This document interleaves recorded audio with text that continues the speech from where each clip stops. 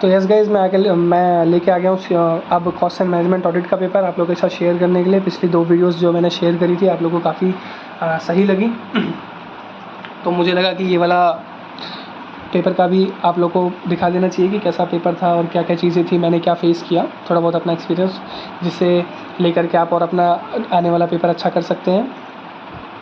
देखिएगा इसमें तो मुझे एग्जामिशन का लग रहा है, तभी मैंने यहाँ पे 60 लिखा है।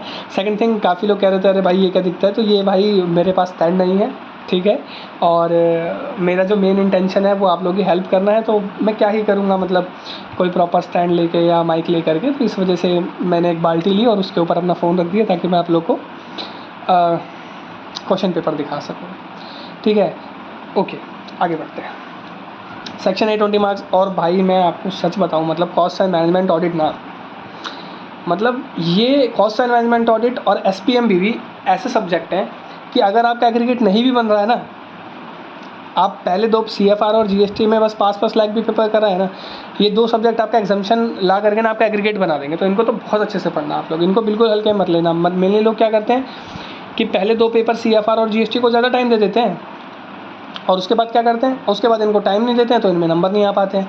अब जबकि उनसे आपका एग्रीगेट भी नहीं बनेगा, एग्रीगेट आपका इन 2 से बनेगा, ठीक है। खैर ये मेरा ओपिनियन है, अब कल को मुझे कोई कमेंट में ये ना बोले अरे भाई तुमको नहीं पता, हो सकता है भाई मुझे नहीं भी पता होगा, ये तो मेरा पर्सनल ओपिनियन है। ओके, पहला क्या था भाई, एज ऑब्वियस CRA 3, कोई डाउट ही नहीं है। कॉस्ट अकाउंटिंग स्टैंडर्ड 13 किसके साथ डील करता है, अरे भाई ये 14 का है। एडमिनिस्ट्रेटिव ओवरहेड ये 11 है। एम्प्लॉय कॉस्ट 7 है, ये 13 है। इसमें भी कोई पूछने वाली बात है। एज अ कॉस्ट अकाउंटेंट अगर मुझे ये नहीं पता तो क्या पता होगा फिर, मतलब होने वाला कॉस्ट अकाउंटेंट, सीरियसली मत लेना। कहीं बोलो भाई 1000 रुपये की पेनल्टी लगेगी अपने नाम के आगे CA में लगाने पे बिना क्लियर करे, अरे नहीं लगाएंगे भाई, क्लियर करके ही लगाएंगे। ओके, कौन सी ऑडिट जनरली डिफाइन होती है एज ऑडिट डेटा और इन्फॉर्मेशन डिपेक्टिंग सोशल परफॉर्मेंस। भाई social performance mainly past year का MCQ था भाई, मैंने तो पूरा क्वेश्चन भी नहीं पढ़ा, सोशल ऑडिट क्लिक कर, मतलब सोशल ऑडिट CSR वाला टिक करके आ गया। पता नहीं गलत भी हो सकता है, सही भी हो सकता है, बट हाँ प्रीवियस एग्जाम में तो सोशल ऑडिट ही था भाई। ये मुझसे नहीं निकला, सीरियसली ये मुझसे नहीं निकला, मैंने तो पूछ लिया किसी। बाकी ये पास्ट ईयर का क्वेश्चन है, इसमें था कि भाई आप कैसे अपने फाइनेंशियल को प्रेजेंट करते हो, मुझे कुछ खास नहीं पता था तो मैंने तो बोल दिया भैया सब मैं ही कर दूंगा। मैं तो जिसमें मैं एक्यूरेट नहीं हूँ तो मैं बोलता हूँ अगर मेरे को देखो, अगर आप एक्यूरेट नहीं हो ना MCQ में तो, और आपको ऑप्शन दिख रहा है ऑल ऑफ द अबव और नन ऑफ द अबव का, आप उसी पे क्लिक कर दो भाई। क्लिक मतलब सॉरी, मैं तो ऑनलाइन वाले मोड पे चलेगा, आप उसी पे टिक कर दो। हाँ जी, इनका आंसर आ रहा था मेरे हिसाब से 4095 आ रहा था, ठीक है। एक्चुअल में इन्होंने क्या करा है, अगर आप ये क्वेश्चन देखेंगे तो ऐसा ही क्वेश्चन पास्ट ईयर में भी आया था। तो पास्ट ईयर में इन लोगों ने क्या करा था, इन लोगों ने ओवरहेड को भी माइनस किया था, तब इन जाके इनका आंसर आया था। और इसमें अगर आप ओवरहेड को माइनस कर दोगे तो आपका आंसर नहीं आएगा। ओके, तो भाई देखिए मैं आपको सीरियसली बोलूँगा, बहुत अच्छे से पढ़ाई करिए। इंस्टीट्यूट अपनी हिसाब से खेल खेलता है और आपको भाई इस खेल में जीतना पड़ेगा अगर आपको कॉस्ट अकाउंटेंट बनना है तो, ठीक है। There are no fix item of evidence to be check by management auditor. A management auditor has to rely more on. Okay, as a management auditor अगर मैं कहीं ऑडिट करने जाता हूँ और मेरे पास सफिशेंट डेटा अवेलेबल नहीं है तो मैं किस चीज़ पे ज़्यादा ध्यान दूंगा। तो भाई देखिए, कोई कह रहा था अपना एक्सपीरियंस लगाएगा, भाई फिजिकल वेरिफिकेशन करेगा, भाई डाटा लेगा मैनेजमेंट से। भाई मुझे तो चारों ही ऑप्शन लग रहे थे, मैं तो ई ऑप्शन की तलाश में था कि कहीं ऑल ऑफ द अबव लिखा हो, but all of the above कहीं भी नहीं था। तो आप उस केस में क्या करेंगे, तो भाई मैंने क्या किया, मैंने कहा भाई रितेश सबसे ज़्यादा इंपॉर्टेंट क्या चीज़ है, मैंने कहा भाई सबसे ज़्यादा इंपॉर्टेंट होता है किसी भी कंपनी का इंटरनल कंट्रोल कैसा।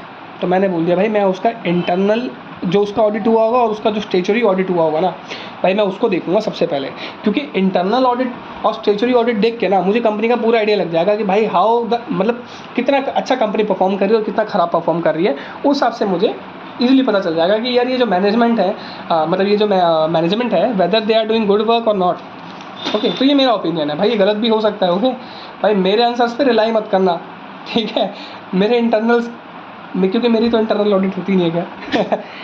हाँ जी भाई, नेक्स्ट क्वेश्चन, एम्प्लॉय कॉस्ट में क्या इंक्लूड नहीं होता है। भाई पास्ट ईयर था एक्सक्लूडेड, मेरे को इसका आंसर पता था, मैंने तो क्वेश्चन भी नहीं पूरा पढ़ा। मेरी तरह ऐसा मत करना भाई, क्वेश्चन पूरा पढ़ लिया करना, ठीक है। कॉस्ट अकाउंटिंग स्टैंडर्ड 11 मैंने आप लोगों से पहले ही यहाँ पे डिस्कस कर लिया था। देखिए मैंने खुद ही बता दिया, cost accounting standard 11 administrative overhead का है, इन लोगों ने मुझे यहाँ पे बताया कि भाई ये भी आ रखा है, मैंने कहा आता है, इसमें क्या दिक्कत है। अब देखिए ये MCQ देखिए, which one of the following is an example of profitability ratio, मतलब कौन सा ऐसा है जो प्रॉफिटेबिलिटी रेशो में आता है। मैंने कहा ठीक है भाई, जो रिलेट करता हो सेल टर्नओवर से, अच्छा टर्नओवर से रिलेट करता है तो एक्सपेंस रेशो भी नहीं होगा, प्रोप्राइटरी भी नहीं होगा, कैपिटल गियरिंग भी नहीं होगा, क्योंकि कैपिटल गियरिंग रेशो मेरे हिसाब से शायद डेट इक्विटी रेशो होता है, मेरे हिसाब से, देखिए मैं कंफर्म नहीं हूँ, डेट इक्विटी होता है। तो मैंने इस पर इन्वेंट्री टर्नओवर रेशो किया। ये बहुत सिंपल क्वेश्चन आता है कि ऑब्जेक्टिव क्या होते हैं, कॉस्ट ऑडिट क्या। अरे भाई हम कॉस्ट अकाउंटेंट बनने वाले हैं, हमें नहीं पता होगा ऑब्जेक्टिव, तो किसे पता होगा, हमने लिख दिया। बोला इसी सेम बात पे बताइए कि एक कॉस्ट ऑडिटर को क्या चीज़ कॉस्ट ऑडिट करते टाइम देखनी चाहिए या किन चीज़ों को सिरे से लेके अपना कॉस्ट ऑडिट करना चाहिए। तो भाई मेरे दिमाग में बहुत सारी चीज़ें आई थी, मैंने सारी लिख दी। मैंने कहा 8 नंबर में मैंने सभी लिख दिया, जबकि थोड़ा बहुत मेरे से मिसअंडरस्टैंडिंग हो गई थी क्वेश्चन में, कोई बात नहीं। ये पूछा था सेकंड शेड्यूल का पूछा था, हाँ जी, सेकंड शेड्यूल के कुछ प्रोफेशनल मिसकंडक्ट्स पूछे थे रिगार्डिंग रेंडरिंग ऑडिट सर्विसेज। तो आप अपने ओपिनियन से कुछ भी लिख दीजिए भाई। देखिए मेनली मेरे हिसाब से मुझे क्या लगता है ना, आप शेड्यूल 1 पढ़ के जाते हो, शेड्यूल 2 पढ़ के जाते हो, फिर उनके पार्ट्स पढ़ के जाते हो और ना काफ़ी ज़्यादा कन्फ्यूज हो जाते हो। आप क्या, मैं भी मतलब हम सब कन्फ्यूज हो जाते हैं। तो मेनली हम क्या करते हैं, हम लोग सभी क्या करते हैं, सब पढ़ लेते हैं और ना जो भी वो पूछता है उस हिसाब से अपना लिख देते हैं। बट हाँ मेनली ना आप अपनी लैंग्वेज को थोड़ा सा काम करना। जैसे ये देखिए 8 नंबर में क्वेश्चन आ गया था अकाउंटिंग स्टैंडर्ड 16 डेप्रिशिएशन, इसका बता दो अकाउंटिंग ट्रीटमेंट वगैरह। भाई सच बताऊँ मुझे नहीं आता था, बट मैंने इसको इसी वजह से करा क्योंकि मुझे 8 नंबर का प्रैक्टिकल क्वेश्चन आता था ये वाला। और आपको पता है ना कि प्रैक्टिकल अगर आपका ठीक होता तो आपको पूरे नंबर मिलते हैं, इसी वजह से मैंने इसको करा। अब इसको करा तो मुझे उसको तो करना ही पड़ेगा, मेरे पास कोई ऑप्शन ही नहीं था। फिर मैंने करा 5th question, internal audit procedure क्या होता है, ऑडिट नोटबुक क्या होती है, आता था मुझे। और क्या इंपॉर्टेंट पॉइंट्स होते हैं जो हमें ऑडिट करते टाइम, मतलब हॉस्पिटल का ऑडिट करते टाइम देखना चाहिए। तो भाई उसका कॉन्स्टिट्यूशन देख लो, उसका रेवेन्यू देख लो, उसका इन्वेंट्री देख लो, उसका एक्सपेंसेस देख लो, उसका असेट्स देख लो।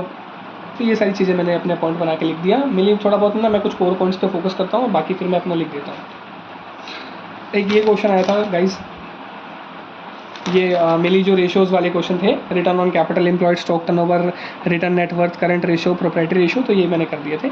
मेरे हिसाब से शायद मैंने कुछ एक में गलती कर दी एक रेशियो में, इस हिसाब से मैंने अपने आप को 5 नंबर दिया। ठीक है, तो गाइस अच्छे से पढ़ के जाइएगा। एक ये क्वेश्चन आया था 6th भी, मतलब ये मैंने करा है तो मुझे ये तो करना ही पड़ेगा, मेरा मजबूरी है। तो ये क्वेश्चन भी मैंने पूरा किया था। मैंने इसमें सिंपल सा क्या किया, मैंने सारी कोस्ट को जोड़ दिया है ना, और मैंने पर यूनिट कोस्ट निकाल के रख दिया। ठीक है, मेनली इन्होंने कोस्ट शीट बनाने को बोला था, तो आपको वहाँ पे क्या करना पड़ता है, direct material, direct labour, direct expense, prime cost, factory overhead, administrative overhead, selling and distribution of, मतलब ये सब आपको चार्ट करके इन सबको बनाना पड़ता है कोस्ट शीट में। तो मेरे को इतना खास आइडिया आ नहीं रहा था, तो मैंने नॉर्मल सबको जोड़ जाड़ के पर यूनिट कॉस्ट निकाल के रख दिया कि कुछ तो नंबर देंगे। ओके, ये क्वेश्चन आया था, ये भाई मैंने नहीं करा है, आप लोग इसको देख लीजिए। मैंने नहीं करा, मैंने इस क्वेश्चन को करने का रिस्क नहीं लिया। मतलब रिस्क क्या, क्वेश्चन तो इजी था 8 नंबर में, लेकिन फिर ये वाला नहीं होता ना मेरे से, इस वजह से मैंने नहीं करा, इस वजह से मैंने इसको छोड़ दिया। हाँ भाई, फिर मैं दोबारा वही बात बोलूँगा, मैं अपने पास्ट 2 वीडियोज़ में भी यही बोल के आया GST और CFR की, कि आपको बहुत ज़्यादा ध्यान देना पड़ेगा क्वेश्चन को चूज़ करने में। आपका एक गलत क्वेश्चन चूज़ करा हुआ आपका पूरा पास या फेल वाली लाइन पे आपको लाके खड़ा कर देगा। तो उन 7 क्वेश्चंस में से कौन से 5 क्वेश्चन आपको करने हैं, इसमें आपको बहुत क्लैरिटी रहना चाहिए। ओके, यहाँ पे 8th क्वेश्चन तो मैं हर बार करता हूँ। मैं आज तक हिस्ट्री में ऐसा नहीं हुआ कि मैंने कभी 8th क्वेश्चन छोड़ा हो, क्योंकि ये तो मेरी पहली प्रायोरिटी होती है, क्योंकि ये थ्योरी आता है। तो यहाँ पे ऑडिट रिस्क क्या होता है 103, कि भाई अपना इनहेरेंट रिस्क हो जाता है, डिटेक्शन रिस्क हो जाता है, कंट्रोल रिस्क हो जाता है, तो वो सब लिखना था, वो मैंने लिख दिया। मैन पावर एनालिसिस क्या, भाई मुझे नहीं पता था मैन पावर एनालिसिस क्या, पर मेरा मजबूरी था, मुझे कुछ ना कुछ तो लिखना ही पड़ता। तो मैंने लिख दिया कि भाई whether they are performing efficiently और not, whether they are achieving their targets on time, मतलब अपने हिसाब से मतलब लिख दिया मैंने कहा यार छोड़ना तो नहीं पड़ेगा। फिर मैंने यहाँ पे भी देखिए प्रैक्टिकल्स पे ही ज़्यादा फोकस किया। देखिए पेपर थ्योरी भी आया, पेपर प्रैक्टिकल भी आया, पर मेनली मैं आपको एक बात बताता हूँ, अगर आप थ्योरी करते हैं और अगर आपका पूरा थ्योरी सही भी है तो क्या होता है, बहुत कम चांस होता है कि वो आपको पूरे नंबर देते थ्योरी के। ठीक है, मैं ऐसा नहीं बोलूँगा कि नहीं मिलते होंगे पूरे नंबर, बट कम चांस होता है। वेयर एज़ अगर आपका प्रैक्टिकल पूरा ठीक होता है तो आपको पूरे ही नंबर मिलते हैं। तो इस वजह से देखिए मैंने इन दोनों केसेस में प्रैक्टिकल करा। ये क्वेश्चन थोड़ा सा घुमाने वाला था, बिकॉज मुझे एक चीज़ मतलब मैंने इसको मेनली निकाल दिया था। कैसे निकाल दिया था? ग्रॉस प्रॉफिट 25% है, तो ग्रॉस प्रॉफिट 25% किसका होगा? सेल्स का होगा। ग्रॉस प्रॉफिट अपॉन में सेल्स 25% है ना। अब देखिए आपको एवरेज स्टॉक दे रखा है, स्टॉक टर्नओवर दे रखा है। तो देखिए मैंने यहाँ पे देखिए लिखा भी है, कैसे करा है मैंने कहा देखिए भाई क्या नाम होता है,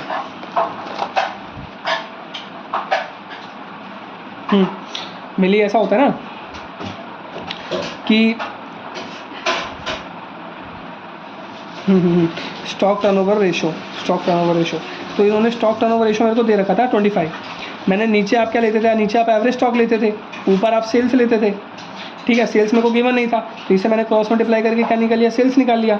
जैसे मेरा सेल्स आ गया, यहाँ से मैंने ग्रॉस प्रॉफिट निकाल लिया, ठीक है। उसके बाद इन्होंने बोला कि भाई पोस्ट टैक्स इनकम जो है वो 9% है सेल्स का। अब आपको पता है यहाँ पे मेरा सेल्स तो निकल ही जाएगा इससे मल्टीप्लाई करके। एवरेज स्टॉक आपका 40,000 है, इस पर आप मल्टीप्लाई करोगे 10 लाख आ जाएगा आपका। 10 लाख का आप 9% निकालोगे तो 90,000 आ जाएगा। मतलब पोस्ट टैक्स इनकम जो है मेरा वो 90,000 है। और अगर मेरा पोस्ट टैक्स इनकम 90,000 है और टैक्स रेट क्या है 30% है, तो मतलब ये 70% के बराबर है। और अगर ये 70% के बराबर है तो इसका 100% आप निकाल लोगे। और अगर आप 100% निकालोगे तो आपको प्रॉफिट बिफोर टैक्स आ जाएगा, ठीक है। तो इस क्वेश्चन में मेनली मुझे ये नहीं समझ आया कि ये ग्रॉस प्रॉफिट का मैं क्या करता। खैर क्या पता मैंने कुछ छोड़ दिया, कुछ मिस कर दिया हो, कुछ गलत कर दिया हो। देखिए मैं भी एक स्टूडेंट ही हूँ, तो मैं मेनली बस आपसे इन्फॉर्मेशन शेयर कर रहा हूँ कि मैंने क्या करा, कैसे करा, ठीक है। मैं गलत भी हो सकता हूँ, सही भी हो सकता हूँ। बाकी ऑल द बेस्ट, आप अच्छे से प्रिपेयर करिएगा। मैंने तो एग्ज़ाम दे दिया है, ठीक है। Thank you.